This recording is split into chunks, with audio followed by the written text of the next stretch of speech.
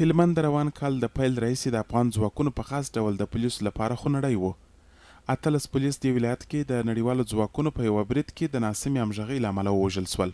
همدا شان تر 500 زیات نور ته بیا تر اوسه د ولایت کې د وسلوالو سره مخامخ جګړو کې مرګ ژوبله اوښتې.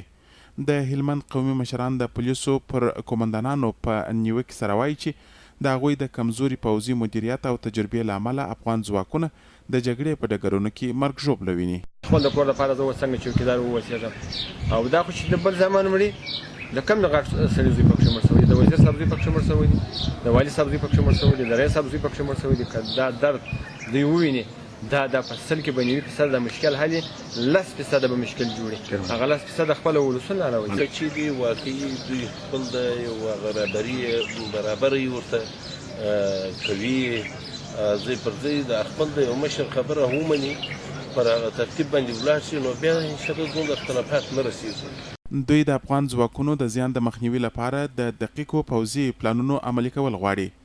د هلمند امنیه قومندان عیسی الدین هلمندی هم د جګړې په لیکو کې د پولیسو د مرګ ژوبلې زیاتوالی نه ردوي، خو هغه د پولیسو مرګ ژوبله د وسلوالو په پرتله څو چنده کمه یادوي.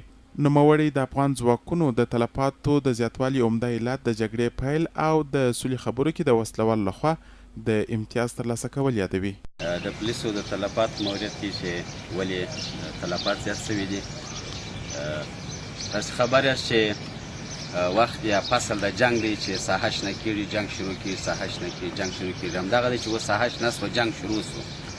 او دا تلفات داسې نه دی چې یوازې موږ پولیس تلفات وینو، دوی هم 2 برابره 3 برابره تلفات لیدلی دي چې په دې باره کې اوس د ماښام چې لنډ سترګو در کې جنګ وسو، موږ 2 نفره زخمیان درلوده، مګر دوی 15 نفره تلفات درلوده.